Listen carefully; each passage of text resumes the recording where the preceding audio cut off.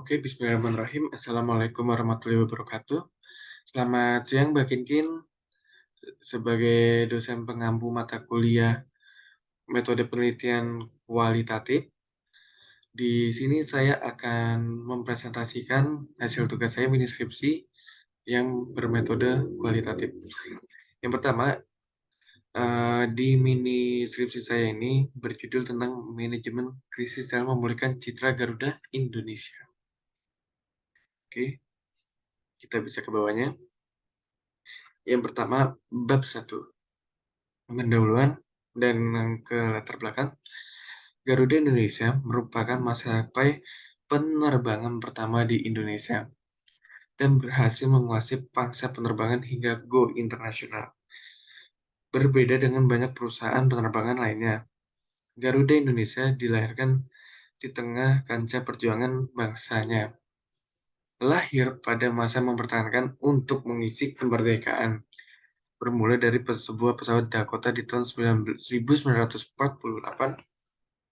Garuda Garuda Indonesia kini memiliki 73 armada pesawat terbang, membuatnya terbesar di Asia Tenggara, menghubungkan setiap ibu kota provinsi dan melayani penerbangan teratur kelima benua di dunia.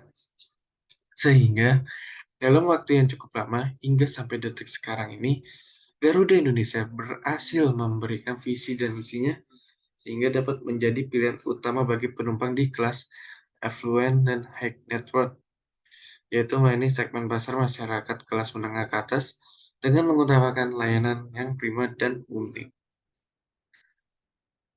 PT Garuda Indonesia lalu memberikan citra yang positif di mata halayaknya, terutama untuk memuaskan pelanggan yang selalu setia terbang menggunakan jasa penerbangan Garuda Indonesia. Dalam layanan dalam layanan ter dalam dalam menomorsatukan pelayanan, contohnya PT Garuda Indonesia selalu memberikan produk mengenai layanan terbaru untuk menambah kenyamanan bagi pelanggan Garuda.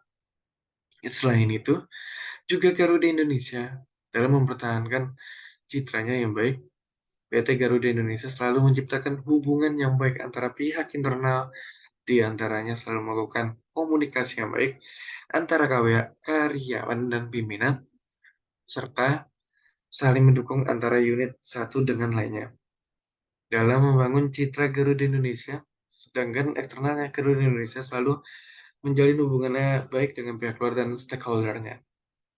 Di antaranya, Humas Garuda Indonesia selalu mengadakan kerjasama dengan perusahaan lain. Situasi krisis adalah sebuah organisasi merupakan hal yang biasa terjadi. Krisis bersifat tiba-tiba dan tidak dapat diprediksi. Akan tetapi, situasi krisis dapat dimanfaatkan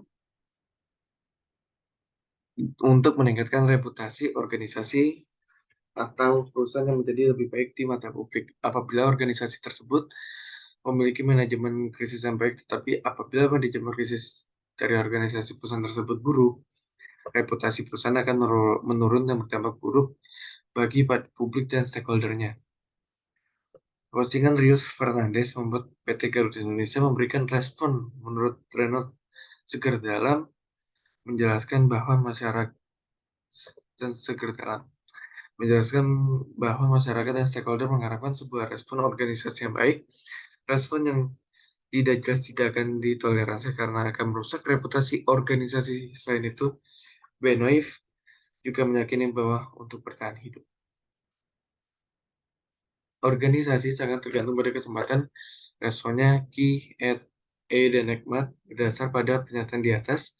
Peneliti ditarik untuk mengetahui dan menganalisa respon komunikasi krisis yang dilakukan oleh PT Garuda Indonesia menggunakan situational crisis communication teori SCCT. Oke, yang 1.2 ini adalah perumusan masalah. Di dasar latar belakang maka dapat dijelaskan perumusan masalah yang didapat ini bagaimana cara Garuda Indonesia membangun citra yang baik. Dan untuk yang subbab selanjutnya, berkaitan dengan rumus masalah di atas, tujuan dari penelitian itu yakni untuk mendapatkan pengetahuan mengenai tentang menjaga citra baik Garuda Indonesia, dan 1.4 manfaat penelitian, yang teoritis harapannya ini memberikan kontribusi berbagai pemikiran dalam cara menjaga citra baik Garuda Indonesia, dan yang kedua adalah untuk mahasiswa ilmu komunikasi yang ingin memperdalam citra nama baik dan mengetahui informasi yang berkaitan. Dan untuk manfaat praktisnya, hasil yang diperoleh dapat menjadi patokan referensi bagi masyarakat yang ingin mengetahui informasi apa saja yang bisa didapatkan dari manajemen krisis citra Garuda Indonesia serta dapat lebih luas memanfaatkannya.